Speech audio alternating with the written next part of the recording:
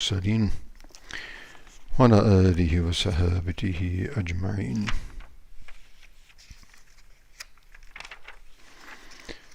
سبحانك لا علم لنا إلا ما علمتنا إنك أنت العليم الحكيم. سبحانك لا فهم لنا إلا ما فهمتنا إنك أنت الجواد الكريم. وقل رب زدني علما.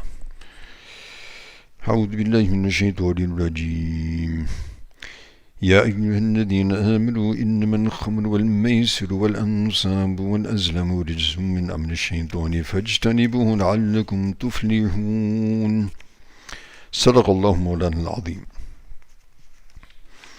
So even though we're continuing with the prohibition of wine in and gambling in Surah Baqarah, we've just read the prohibiting the ayats which prohibits wine and gambling albatta, totally and completely. And we talked about yesterday in detail about the process in which this prohibition succeeded in Islam, and how this same process or the same initiative or the same objective totally failed here in the United States. And so in that regard, we want to sort of highlight this, because we see all the evils and injustices in the society, particularly in the context of what we're seeing today in Palestine, and we talked about this also yesterday in the class of Sirah, the Half al-Fudul, when the people of Jahiliyyah gathered together and united as one hand and one body against oppression, even though they weren't Muslims. So how do we bring about social change? Do we just fly some banners or send some social media, or what's the process? So we mentioned also that the process is very clearly depicted and illustrated and explained in the Quran, and we just read from the surah in Surah Al-Jumu'ah. هو الذي بعث في الأميين رسولا منهم. Allah subhanahu wa ta'ala is sent among the illiterate people, and mind you, the illiterate people, tribal people with tribal mentality, survival of the fittest. And from these people, Allah subhanahu wa ta'ala produced the most just nation that the world has ever seen. Not just, a government or a leader, a whole community, that stood for justice in every sense of the term. So, how did this take place? It took place through what is mentioned here in the surah. يَتْلُو عَلَيْهِمْ آيَاتِهِ Da'wat ilallah. Inviting people to Allah, inviting them away from their own little, their little sphere and their little, cylindrical world that they live in. Invite them to observe the Creator above them and everything around them that the Creator has given them, themselves included, and everything around them. Da'wat ilallah. وَيُزَكِّيهِمْ Tazkiyah, purifying their minds and their hearts from other than Allah, right? From love of the world. This is the whole problem today, as Nabi alayhi salatu mentioned, and I mentioned this earlier. The love of the world and the fear of death. Love of the world and total incognizance of the hereafter.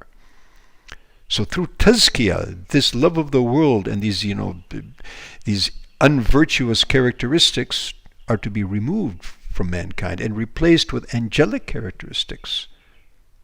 Right? وَيُعَلِّمُهُمْ وَيُعَلِّمُ الْكِتَابَ وَالْحِكْمَةِ. And it teaches them. Teaches them from what?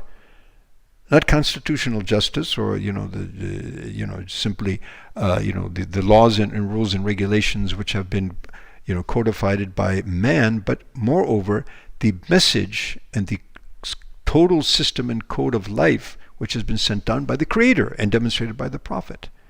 So through this process, da'wat, tazkiyah, purification, nurturing, mentorship, and ta'aleem, education, real education, education of the book and sunnah and sharia and akhlaq. So through this process, the minds and the hearts are prepared to accept any order from Allah, any order of the Rasul alayhi salatu wasalam. And therefore a whole community was produced that, as we mentioned, they put their souls on their hands and they presented it. Oh Allah, what do you want from us? Ya Rasulullah, they said, we're not going to be like Bani Israel. Go and you and your Lord and fight, and we're sitting over here. But you go and we're with you.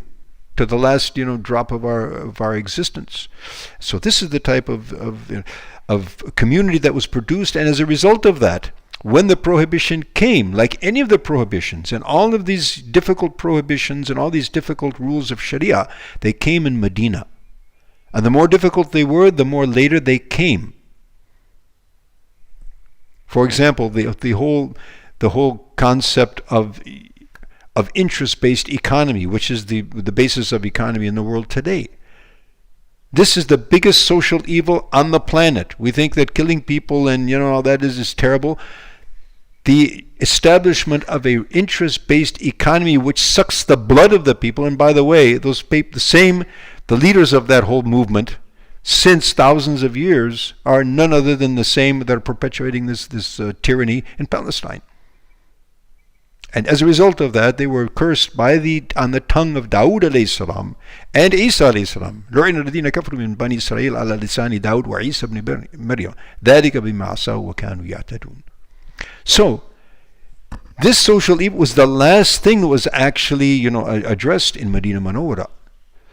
So when the minds and the hearts are prepared with dawat, tarbiyah, and ta'aleem, all of these things are easy. Without that, it's impossible. America, with all of its wherewithal, and it sincerely wanted, because it realized that alcohol was destroying the society, particularly at that time, alcohol production was going, in fifth gear. And people were really it was really a trial and tribulation for the entire society. So the government had the right idea. But what was the basis? What was the objective? Simply to protect, their societal objectives. The objective was not to please Allah and to succeed in the life hereafter. This is the key. So producing a people who have a love and a concern, a ta'alluq with Allah, they are not concerned about the worldly life, to succeed simply in the worldly life, but they see their total success and their real success, everlasting success, in the next world.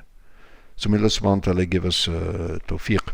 And tomorrow, inshallah, we'll look a little bit more into the benefits and the detriments of wine and gambling. Bi-idhnillahi tabarak wa ta'ala. Wa akhir da'wana alhamdulillahi rabbil alamin. By the way, Salat al-Fajr from Sunday will be 5 o'clock. Okay, inshallah ta'ala. Wassalamu alaikum wa rahmatullahi wa barakatuh.